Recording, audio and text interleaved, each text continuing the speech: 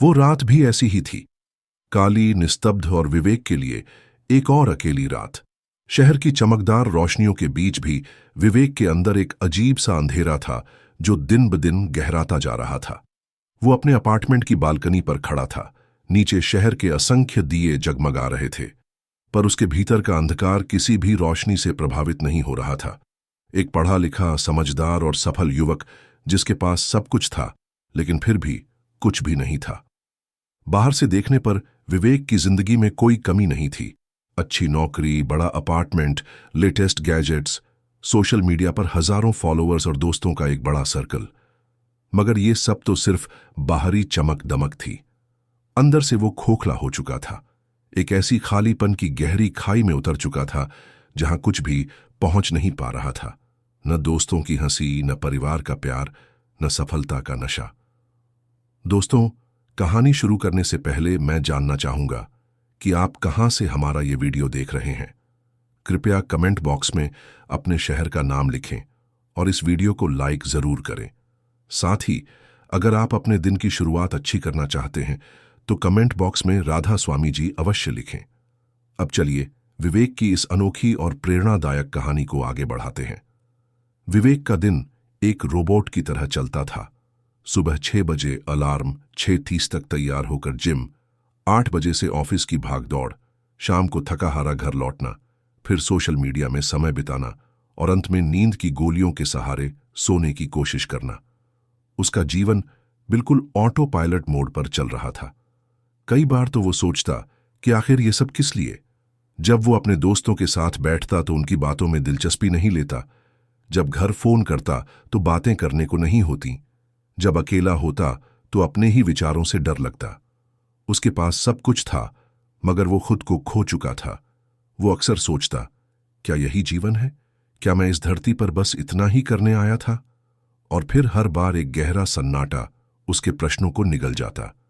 विवेक के अंदर का अंधेरा अब चीखने लगा था, मगर बाहर का शोर इतना अधिक था कि वो उस चीख को भी नहीं सुन पा रहा था। एक दिन की बात है, विवेक अपनी कार में बैठा था और ट्रैफिक जाम में फंसा हुआ था। हर दिन की तरह वो अपने फोन में घुसा हुआ था जब अचानक एक जोरदार धक्के के साथ उसकी कार किसी दूसरी गाड़ी से टकरा गई।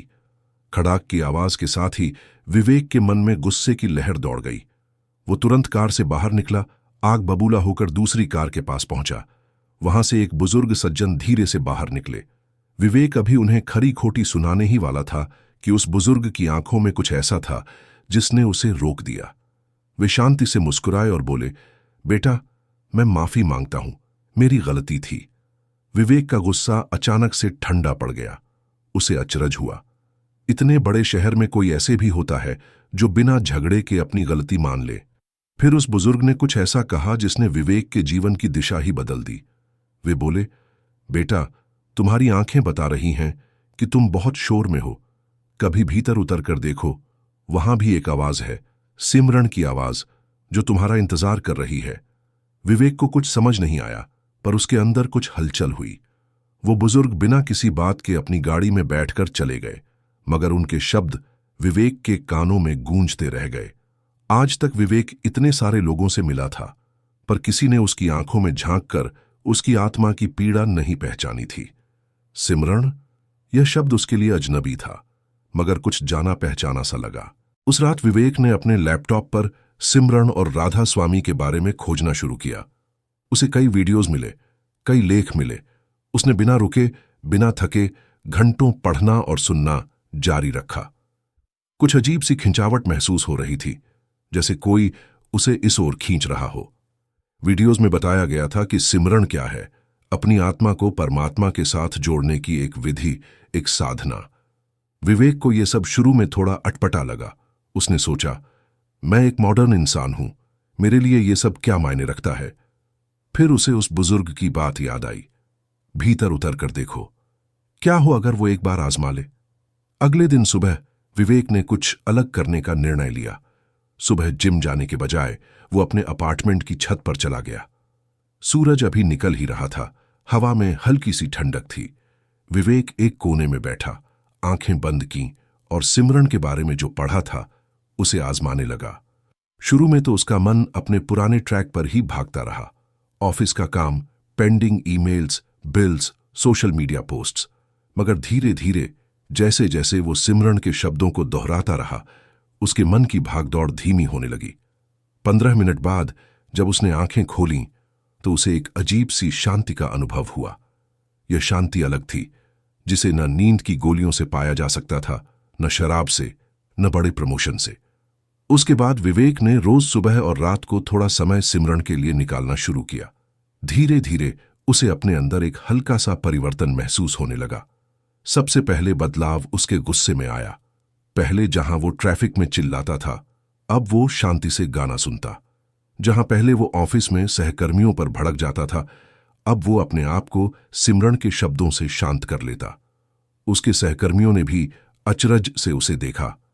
क्या बात है विवेक, तुम इतने चिल कैसे हो गए? एक दिन ऑफिस में बहुत बड़ा झटका लगा। विवेक जिस प्रमोशन के लिए पिछले 1 साल से दिन रात मेहनत कर रहा था, वो किसी और को मिल गया। और तो और, उसके बॉस ने मीटिंग में सबके सामने उसके काम की आलोचना की। विवेक, तुम थोड़े डिस्ट्रैक्टेड लग रहे हो आजकल। पहले होता तो विवेक घर जाकर शराब में डूब जाता या फिर अपने आप पर गुस्सा करता, लेकिन इस बार कुछ अलग हुआ। वह चुपचाप वॉशरूम गया, एक स्टॉल में खड़ा हुआ, आंखें बंद की और सिमरन करने लगा। अद्भुत बात यह थी कि सिर्फ 5 मिनट में उसके अंदर का तूफान शांत होने लगा। जब वह वापस अपनी डेस्क पर लौटा तो उसने अपने काम पर ध्यान केंद्रित किया, बिना किसी शिकायत या कड़वाहट के। उसके एक साथी ने पूछा, तुम ठीक हो? विवेक ने मुस्कुराकर जवाब दिया, पहले से बेहतर। और इसमें सच्चाई थी। उस घटना के बाद से सिमरन केवल एक अभ्यास नहीं रहा, यह विवेक के जीवन का हिस्सा बन गया। वह हर जगह, हर मौके पर सिमरन करने लगा। मेट्रो में, लिफ्ट में, जॉगिंग करते समय, यहां तक कि बॉस की बोरिंग मीटिंग्स में भी। एक बार जब उसके एक पुराने दोस्त ने पूछा, यार तू इतना रिलैक्स्ड कैसे रहता है, तो विवेक ने हंसकर जवाब दिया, बस थोड़ा इनर नेटवर्क कनेक्ट कर लिया है, इंटरनेट की जगह। हालांकि उसने किसी को अपनी इस नई आदत के बारे में विस्तार से नहीं बताया, क्योंकि यह उसका निजी अनुभव था, एक ऐसा अनुभव जिसे शब्दों में बयां करना मुश्किल था। और फिर धीरे धीरे विवेक ने महसूस किया कि सिमरन से उसे वो सुख मिल रहा था जो उसे कभी अपने फोन के नोटिफिकेशंस में, सोशल मीडिया के लाइक्स में या प्रमोशन की खुशी में नहीं मिला था। यह स्थायी सुख था जो बाहरी परिस्थितियों पर निर्भर नहीं करता था। एक दिन जब वह अपने पुराने फोटोज देख रहा था तो उसे अपनी आंखों में एक बड़ा अंतर दिखा। पहले की आंखों में एक खालीपन था, अब एक अजीब सी चमक थी। क्या यह सिमरन का प्रभाव था? उसके घर वालों ने भी इस परिवर्तन को नोटिस किया। एक बार जब वह अपने माता पिता से मिलने गया तो उसकी मां ने उसके माथे पर हाथ रखकर पूछा, क्या बात है बेटा, तू इतना बदल गया है? पहले हर बात पर बहस करता था, अब इतना समझदार कब हो गया? विवेक बस मुस्कुरा दिया। कैसे समझाता कि उसके अंदर क्या हो रहा था? कैसे बताता कि सिमरन ने उसके अंदर के अहंकार को पिघलाना शुरू कर दिया था? पहले जो हर बात में मैं और मेरा ढूंढता था, अब वह समझ रहा था कि वह शरीर नहीं, नाम नहीं, पद नहीं, बल्कि एक आत्मा है जो उस परम शक्ति से जुड़ी है जिसे वह सिमरन के माध्यम से पुकारता है। एक रात विवेक गहरे सिमरन में डूबा हुआ था। उसका कमरा अंधेरा था, सिर्फ एक छोटा सा दिया जल रहा था। अचानक उसे ऐसा महसूस हुआ जैसे कोई उसके सिर पर हाथ रख रहा हो। एक अजीब सी गर्माहट उसके पूरे शरीर में फैल गई। उसने आंखें खोलीं, वहां कोई नहीं था, फिर भी उसे लगा कि वह अकेला नहीं है। उसकी आंखों में आंसू आ गए। वह कभी राधा स्वामी के किसी सत्संग में नहीं गया था, कभी किसी गुरु से नहीं मिला था, फिर भी उसे लग रहा था जैसे कोई उसका मार्गदर्शन कर रहा है, उसे शक्ति दे रहा है। क्या यह गुरु की अनुभूति थी जिसके बारे में उसने वीडियोज में सुना था? विवेक के जीवन में उतार चढ़ाव आते रहे। उसके पिता को दिल का दौरा पड़ा, ऑफिस में कंपनी रीस्ट्रक्चरिंग के कारण उसकी नौकरी पर भी संकट आया। मगर इस बार विवेक घबराया नहीं। सिमरन ने उसे एक ऐसा कवच दिया था जिसने उसे भीतर से मजबूत बना दिया था। जब उसका मन विचलित होता, जब डर और चिंता घेरने लगती, तब वह अपने अंदर के उस दीपक को याद करता जो सिमरन से जला था। एक बार तो जब उसके पिता अस्पताल में थे और डॉक्टर्स ने जवाब दे दिया था, तब भी विवेक ने सिमरन नहीं छोड़ा। पूरी रात वह अस्पताल के गलियारे में बैठकर सिमरन करता रहा। और अचरज की बात, अगली सुबह उसके पिता की हालत में सुधार होने लगा, जिसे डॉक्टर्स ने चमत्कार बताया। आज विवेक की जिंदगी पूरी तरह से बदल चुकी है। बाहर से देखने पर वह वही विवेक है, वही नौकरी, वही अपार्टमेंट, वही दोस्त, लेकिन अंदर से वह बिल्कुल अलग इंसान बन चुका है। पहले जहां वह हर समय भागता रहता था, अब वह ठहरना सीख गया है। जहां पहले वह हर छोटी बात पर परेशान हो जाता था, अब वह मुस्कुराता है। और सबसे बड़ी बात, अब उसके अंदर का अंधेरा नहीं है, बल्कि एक प्रकाश है जो उसके चेहरे से झलकता है। एक दिन विवेक बस स्टॉप पर खड़ा था और उसने अचानक उसी बुजुर्ग को देखा जिन्होंने उसे सिमरन के बारे में बताया था। विवेक दौड़कर उनके पास गया और कहा, आपका धन्यवाद, आपने मेरी जिंदगी बदल दी। बुजुर्ग ने मुस्कुराकर कहा, बेटा, मैंने तो सिर्फ दरवाजा दिखाया था, अंदर जाने का साहस तुमने खुद किया। तुम्हारे अंदर की रोशनी हमेशा से थी, बस तुम्हें उसकी याद दिलाने की जरूरत थी। फिर उन्होंने विवेक के कंधे पर हाथ रखा और कहा, अब तुम्हारी बारी है किसी और को राह दिखाने की। सिमरन ने विवेक को वो दिया जो कोई भी दुनियावी चीज नहीं दे सकती थी, आंतरिक शांति, स्थायी खुशी और एक परम साथी का एहसास। आज वह जानता है कि जीवन में चाहे कितने भी तूफान आएं, उसके अंदर का दीप कभी नहीं बुझेगा, क्योंकि अब वह जानता है कि सिमरन कोई शब्दों का खेल नहीं, आत्मा का संवाद है उस परम शक्ति से जो हम सबके अंदर विराजमान है। यह कहानी सिर्फ विवेक की नहीं, हर उस व्यक्ति की है जो आज जीवन की दौड़ में खुद को खो चुका है। हर उस इंसान की है जिसके अंदर अंधेरा है और जिसे रोशनी की तलाश है। सिमरन वह प्रकाश है जो हमारे अंदर के अंधकार को मिटा सकता है, लेकिन इसके लिए हमें अपना द्वार खोलना होगा, जैसे विवेक ने किया, सच्चे मन से, पूरे समर्पण से, बिना किसी स्वार्थ के।